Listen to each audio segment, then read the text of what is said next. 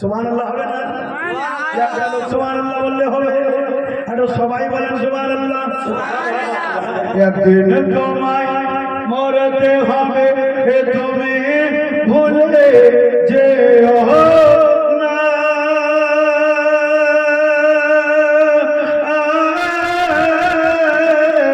হবে মাটির বিছানা তোমার আসল ঠিকানা। গাড়ি বাড়ি টাকা করি কিছুই সঙ্গে যাবে না।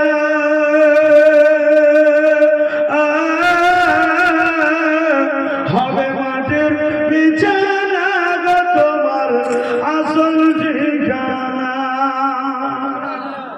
কাঁদবে পিতা, কাঁদবে মাতা, কাঁদবে ভাই,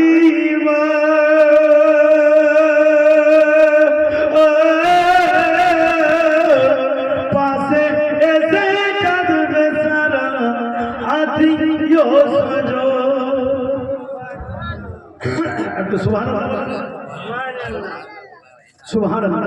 যাক বেরাদারান ইসলাম, আপনাদের পরিচিত বক্তা আমার হযরত আল্লামা মাওলানা আলহাজ কারি খুরশিদ আলম রাজভী সাহেবুল্লাহ মাদাদিল্লাহুল আলী উনি উপস্থিত হয়ে গেছেন। ওনার জামানে হাদিস ও কোরআনের বাণী আপনারা শ্রবণ করবেন, বলেন ইনশাআল্লাহ।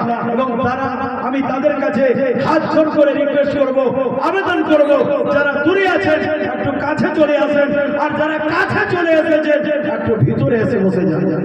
জোরে বলেন। আর এই দিনকে বাঁচাবার জন্য, ইসলামকে বাঁচাবার জন্য ইমামে হুসেন মদিনা থেকে কারবালায় গিয়েছিল। আমরা কোন গোলামে হুসেন যে গেটের মধ্যে আসতে পেরেছি আর এই জায়গাতে আসতে পারবো না, একটু তাদের কাছে আমার আবেদন যে তারা একটু ভিতরে এসে প্রবেশ করুন, বসে যান। নবীর মাহফিল বসলে অবশ্যই আল্লাহ পাক রব্বুল আলামিন আপনার প্রতি রাজি হয়ে যাবে। मोहब्बत से बोलिए सुभानअल्लाह। वो भी बोलते हो लगन दिन में तो मंजिल का पता मिलता है, ढूंढने वाले को पत्थर पे खुदा मिलता है। अरे फिक्र रोजी में खुदा को भूल गए हैं लोग, रिस्क का ख्याल है रज़्ज़ाक का ख्याल नहीं। আজিজানে মুহতারাম, আমরা খালি পেটের নিয়ে সব সময় পড়ে আছি। আল্লাহ কেমন করে রাজি করব, আল্লাহকে কেমন করে রাজি করা যাবে সেটার কারোর চিন্তা নাই। এ বেরাদারান ইসলাম, এই জলসাতে পয়গাম নিয়ে যাবে আল্লাহ তাআলা কিরকম রাজি হবে সেটা চেষ্টা চালাবে। উঠতে বসতে সব সময় চাইবেন যে আল্লাহ আমার দ্বারা যেন কোনো গুনাহ না হয়, আল্লাহ যেন আমার প্রতি রাজি হয়ে যায়। যা কিছু এতক্ষণ ধরে আলাপ আলোচনা রাখলাম, বলার মধ্যে শরআন কোনো যদি ত্রুটি হয়ে যায় তওবা করি, আস্তাগফিরুল্লাহ রব্বি মিন কুল্লি জামবি ওয়া আতুবু ইলাইহি। ঈমানকে তাজা করার জন্য পড়ে কালমায়ে তাইয়্যিব জোরে পড়ে লা ইলাহা ইল্লাল্লাহ মুহাম্মাদুর রাসূলুল্লাহ সাল্লাল্লাহু তাআলা। একটা দে একটা